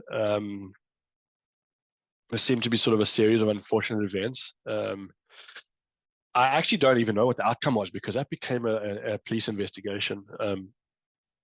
So at the time, I never followed up on it to see what the deal was, but it was a youngster who'd been out partying with some friends, and they'd been out all night, and it was quite common to go to these view sites. So it's a view site that overlooks a large portion of Durban, and somewhere something transpired. His friends and there is CCTV footage to corroborate their story. They left him at the site. He wanted to catch an Uber home by himself, so they were like, okay, cool. He lived not far away, and so they left, and something happened in between, and he was missing, and he was found at the bottom of the cliff a couple of days later by one of our guys. So we don't know too much of the ins and outs of the circumstances, but it most definitely did seem like just a series of unfortunate events that resulted in that. Damn. So you guys just ended up hiking down or rappelling down? So it ended up quite a bit of a search, and there's Winston Park's got sort of a double tiered cliff, and the second band hadn't been searched, so we abseiled down. I wasn't directly involved in the actual on-ground searching at that point. I just did a lot of coordination side of things.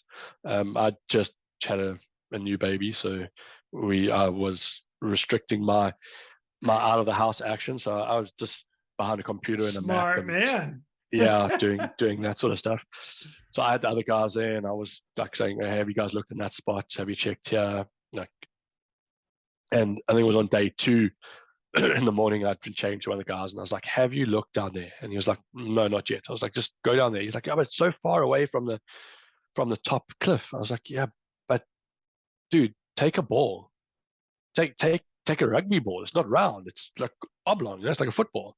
And toss it off there and see where it goes. I guarantee you it's going to go off that second edge. So if somebody falls and they ragdoll, I'm pretty sure they're going off that second edge. And he was like, okay, I'll humor you. And then a bit later, he was like, yeah, buddy, you're right. That's where we found him. I was like, wow. Yeah, haven't been doing this for 14 years for fun, you know? There is a little bit of experience in that one. Yeah, you learn the tricks. I mean, we had drones out searching, and drones are a great piece of technology, but they're not that great at searching for missing people unless they've got thermals on them. And when it becomes a body situation, thermals don't do anything. Infrared doesn't do anything. There's no heat. Right. You know, you need the heat in order to differentiate the objects. You can take a normal raw camera, fly up and down as much as you like. The operator's the one looking at the screen, and it's just grass and something in the grass, and it's. I'm not a big fan of drones, to be honest. No, I get it. They're great. They're a great piece of equipment. Yeah, they're great. They're not fail-proof. No, they're not foolproof. I believe that a helicopter in a search pattern is more effective than a drone, because you've got the human aspect, you know, looking, and your eyes pick up something better in raw detail than when they do on a screen. So yeah, I actually had a helicopter go out one day. I knew one of the guys that lived in the area, and I said to him, look, listen, can you get your chopper out and just do some circuits overhead? He didn't see anything. And then, so then eventually I was like, well, get out there on foot, guys, walk the ground. You'll come across something. If it's there, it's there. So, yeah. That's the way to do it. I mean, you exhaust all your options until you're like, either A, you don't find them, or B, you find them. So, yeah, exactly. You know. All right, I get 2 more. Because this is fun. Let's see. And I'm enjoying this. So this one is a bit of an interesting one. This news article says rescue groups work together to save Winston Park cliff fall man. Various rescue paramedic services working together, as well as a community group, Quick Action, in alerting rescuers, helped to save a man who had fallen off the cliff while gardening on Thursday afternoon. But I don't know if I really want to call it gardening, because it's actually let's see, what he was out running a chainsaw. So that's gardening in South Africa. Apparently, it's not the gardening that I'm used to hearing talking about. But so gardening is a very broad term in South Africa. It's doing anything to do with foliage. Oh, that's great. Yeah. So this dude had been allocated the task of clearing out some shrubbery and some bush from the fence line of this property towards the cliff face. And these properties always, like I say, they're all along this line, this cliff. And he was cutting a couple of trees down. We don't really know what happened, but somewhere in the midst of this whole lot, cut a tree. The tree said, well, if I'm going, you're coming with. And oh my God. Took this dude down the cliff face. And yeah, he was pinned under the tree at the bottom. So we actually had to cut the tree up some more. And yeah, that was quite interesting. That one. That was like I rock up on the scene and I'm like, I remember standing there going like, how do you fall down here? Because we're like, well, this is the story. I was like, oh, geez, like now I've heard another one. The tree took me with him. Yeah. Well, the interesting thing was it took him and the chainsaw with him, and he is so lucky that that chainsaw didn't chow him. It Oh yeah. it somehow, yeah. I don't know if the chainsaw managed to stall or what happened, but even if you land on a stalled chainsaw, those teeth are quite something. So he's yeah, he had no injuries from that. Just had injuries from the None. fall, and no, he just had injuries from the fall and the tree sort of helping the process. So, Oh my god. So you went down, you cut the tree up, throw him in a litter, yeah, and so then you got a rope section him to get him out, or like we high actually ropes. had a duplicate rope system in that case because there was actually a double tier pull. So Oh we wow, had nice. to move up one phase of the cliff and then another section.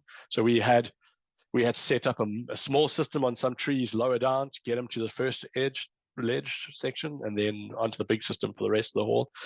We didn't actually even cut the tree up completely. We just sort of cut it away, jacked it, moved it a bit, extracted the dude from underneath the tree. Yeah. Yeah. It's like guys are like, aren't you rope rescue? Like, yeah, vehicles, swift water. We cut a few trees down here and there. Like, oh my gosh, I love it. yeah. You know what? Actually, we're going to add one more into that because I'm going to get into your next one right now, which is also, and my last one at that. Ready? This news article right here. It's actually a video, but it says, man hijacked and thrown off of Kloof Gorge Cliff. What? Man, you guys have some crazy shit that goes down out in South Africa. What the hell? So, yeah, we have a really great crime statistic. Yeah, that's actually also one of the reasons I moved to the UK. But it's it's out of hand in some aspects, and vehicle hijackings are commonplace. And you know, I've heard that actually. And they're violent hijackings as well. So you'll be held at gunpoint, and you'll be lucky to get away without being shot at least. It's so. What That's happened terrible. in this case? That is totally terrible, by the way. It's not great at all, and it was starting to become a not a if but a when situation because it was just becoming quite frequent, and so yeah, but that's a whole nother story. Yes, it is.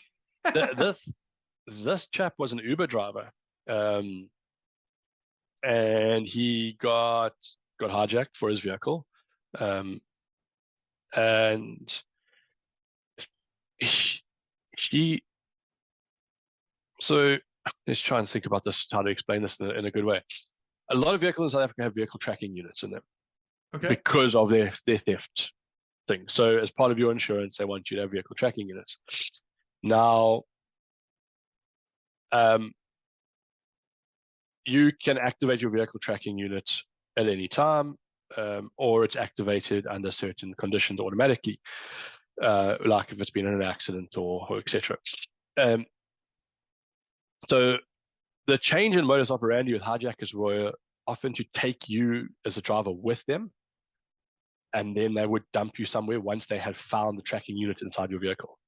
So you couldn't activate it. So they would strip the vehicle while they're driving around, because they would generally hide them in a number of places, underneath the dashboard, in the hood lining.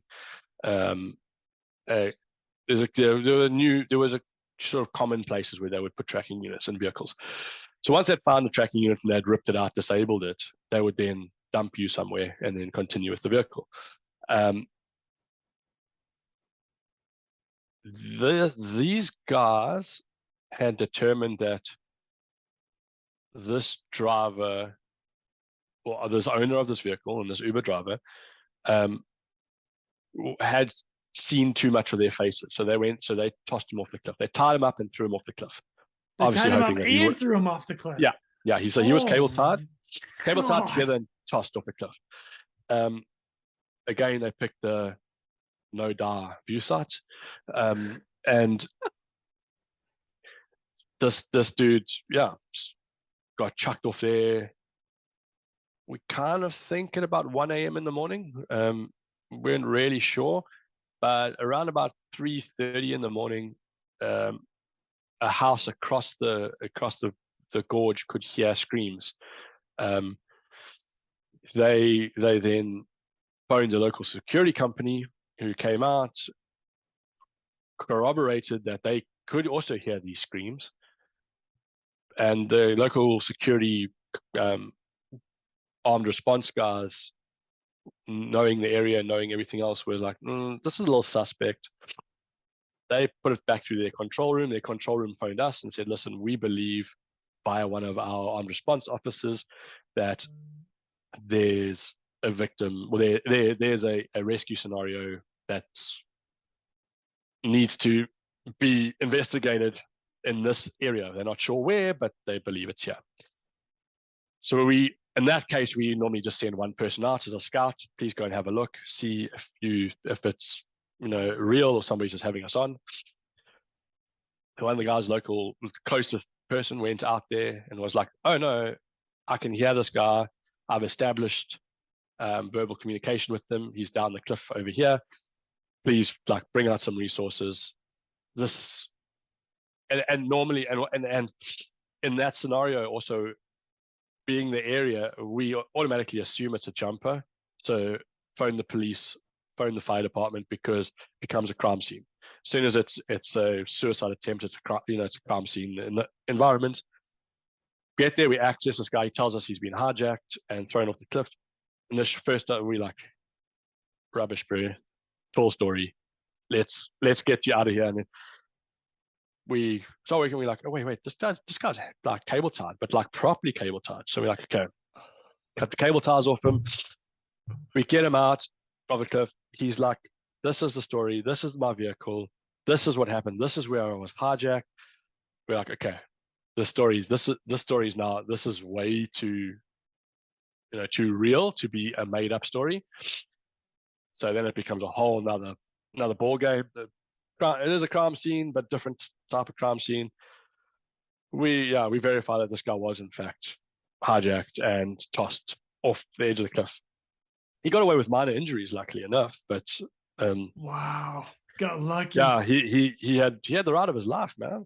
I think we eventually got him out of his life. So he got hijacked around about 8 p.m. in the evening. Okay. Tossed off a cliff at about 1 a.m. Found at about 4 a.m.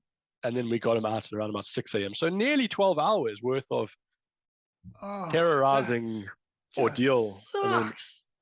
That's something that's gonna live with you for. That's not going to be a great traumatic experience to try and forget, I'm sure. No, but you guys pulling them out like saved the day. Yeah. Holy cow, man, that's crazy. Dude, you guys have some crazy stuff that goes on in South Africa. We do. We have some wild... I love having you guys on because the stories just don't. It's this is the stuff you see in like movies and TV shows. You're like, oh yeah, some dude got hijacked and they got thrown off a cliff. What? No, that doesn't happen. Oh yes, it does. It does, and some of the times we're sure that the criminals just watch movies and be like, oh, let's try that, because it's fucking weird, It's like strange. I've got one more for you actually that I don't have an article of. Go ahead. Which is equally as crazy. and probably also one of these totally like unbelievable ones. So one night, middle of the night, we get called out to the highway, to this bridge on the highway, it goes over a ravine that's really steep. I think in the center of the bridge it's about 70 meters, and on each side it's about 20 to 30, and then it sort of drops into the 70-meter section in the middle. We get called out by the traffic police that they have somebody over the edge of this bridge, and they need to access this person. So we're like, cool. So we arrive there. There's this car parked against the concrete barrier, like parked against the concrete barrier. It's hit the concrete barrier. It's all like scuffed down the side. And this is the scene of the thing. So we're like, oh, okay, cool. Get there. We start working with it. We start chatting to the traffic officer, and we're like, okay, so no, what's the deal? So he's like, no, this guy went through the toll gate down the road, and he was sitting in the bay on the side and noticed this car go through, thought the car was a little bit suspect. So he followed him up the highway for a bit, noticed the car was not maintaining his lane very well, was sort of like drifting and thing. Yeah. So he put his lights on, indicated to pull the guy over, followed him up to the bridge. So this guy sort of made a bit of a gap for it a bit. Got to this, to where the bridge is. This guy pulled over. He hit the bridge, bounced out of the bridge, hit the bridge again, got to a stop, got out of his car, ran around the front of the car, and jumped over the railings. In an attempt to avoid the cops, he jumped over the railing. This guy was wired. I think he had probably had about 7 cases of beer in him. He was absolutely shit-faced, to be quite plain and simple. He had a broken ankle and a laceration to his head. That was it. We were convinced he was dead. The first guy down there, couldn't find him, abseiled down, stood on the guy's hand, and the guy was like, and he's like, guys, he's still alive. We're like, we get this guy out there. He's got like minimal injuries. He's fallen about 30 meters. And the only way he survived is because he was so drunk. Holy shit. Oh my God, that's hilarious. It was brilliant. So we're like, the cop was like, no, I promise you. He got out of his car. Before I could get out of my car, he ran around the front of his car and jumped over the concrete barrier. He's like, and as he jumped over the barrier, I was like, that's far, dude. Like, oh, Jesus. Freaking, what did you say? Like 30 meters? Yeah, at that point, it was about 30 meters. Has no idea. Just drunk as a skunk. I'm going to jump over the barrier and just jump. Yeah. So that whole section of highway is quite bushy alongside the barrier. So I'm guessing he thought he would just jump over the barrier and disappear into the bushes and just go into hiding. 30 meters. Yeah. Go into hiding. The cop would eventually get over it and leave. And oh my God, dude. I can't get enough of these stories. I can't. It's stupid awesome. All right, Nic. I'll tell you what, I've taken a ton of your time today. Thank you so much for joining me. Before I let you go, though, what advice would you have to pass on to those that are still doing the job now and or people that want to get into this? Sure. Okay. So, I mean, there's a couple of things. My number one is you can't save them all. True statement. You've got to learn that there are going to be ones that get you, but you cannot save them all. So you're racing the Grim Reaper on most of them, but sometimes you lose that race, and it is what it is. Just you've got to move on, and you can't get hung up on that. So that's my number one. My number two in search and rescue: always take water with you. Doesn't matter how short you think that rescue is going to be. Make sure you've got water. The rules of 3 apply to the rescue as well as they do to the rescued. So so I always had a Camelback. I had a Camelback mil-spec mule, which was 3 liters of water, an RFAC, my Leatherman, an airband radio, a flare, a head torch, and as many snacks as I could pack in there. And that was it. And that would be whipped out and go. I would often dish out stuff to people, be like, hey, you don't have water, yeah, take some before you keel over, and I've got to carry you as well. That's my number two. Make sure you got water, snacks are not as important, but your own, be prepared to save yourself. So that's that's a very important one as well. And then the other age old, 2 is 1, 1 is none, especially in rope work. I always had 2 descending devices on my harness, 2 ascending devices on my harness. You're working on a rope, you drop it, it disappears into somewhere. You 10, 15 meters up a rope, you need another one. And if you've only got one, now you've got none. And that's so yeah, I always had that 2 is 1, 1 is none rule. Even in my RFAC, 2 tourniquets, 2 hemostatic bandages, that all that sort of stuff. Like, just make sure you've got. You might never ever use them, but that day you're gonna need it. True as nuts, one of them is not gonna work. So yeah. And then my last point of lessons learned and pointers, communication is key. Develop some form of communication, whether it's a whistle and whistle blasts, or I always That's a good idea. I like that. So often when we're working in rope work, you'd use a whistle, so you can whistle up and down the cliff face, and 2 blasts mean pulled, 1 long blast meant stop. That sort of thing. When you couldn't use a radio because your hands were busy, you could keep a whistle in your mouth. That's a really good idea. I like that. Yeah, never really thought about that. Of course, I'm on a helicopter, so they can't hear a whistle no matter what. But I do like that. I like that a lot. Yeah, and then have a radio. We had a radio. I always had a radio, a GPS. I had 2 radios. So I had a normal VHF radio for comms, an airband radio to comm with the airframes, a GPS, and a cell phone. You just make sure you've got enough coverage. And I actually carried a satellite locator beacon as well that had the satellite messaging service. So if it all went proper pair, it'd just be like, send a message. So I mean, the breakdown in communication in a search and rescue case just takes a huge toll on you, and it makes the case just so much more stressful. So make sure you've got good comms. And so those are my 4 takeaways from. If you want to get into it or you're in it, think about those things. That's good stuff, man. Nic, I cannot thank you enough for coming on, sharing all the stories, the advice here at the end. It's been an absolute pleasure, man. Thank you so much. No problem whatsoever. It's been great being here. Yeah. And now I got to come up to the UK and see you up there, because you're not in South Africa right now. So now I got to come up to the UK. Okay. Definitely. Twist my arm. I'm in. Yeah. Full in. There's some good stuff here. And they actually do some really good calls here. And the Coast Guard here is big into doing mountain calls. So the Coast Guard heli flies over my house. At least once a week. Duly noted. Yeah. And then take a nice big machine. So yeah.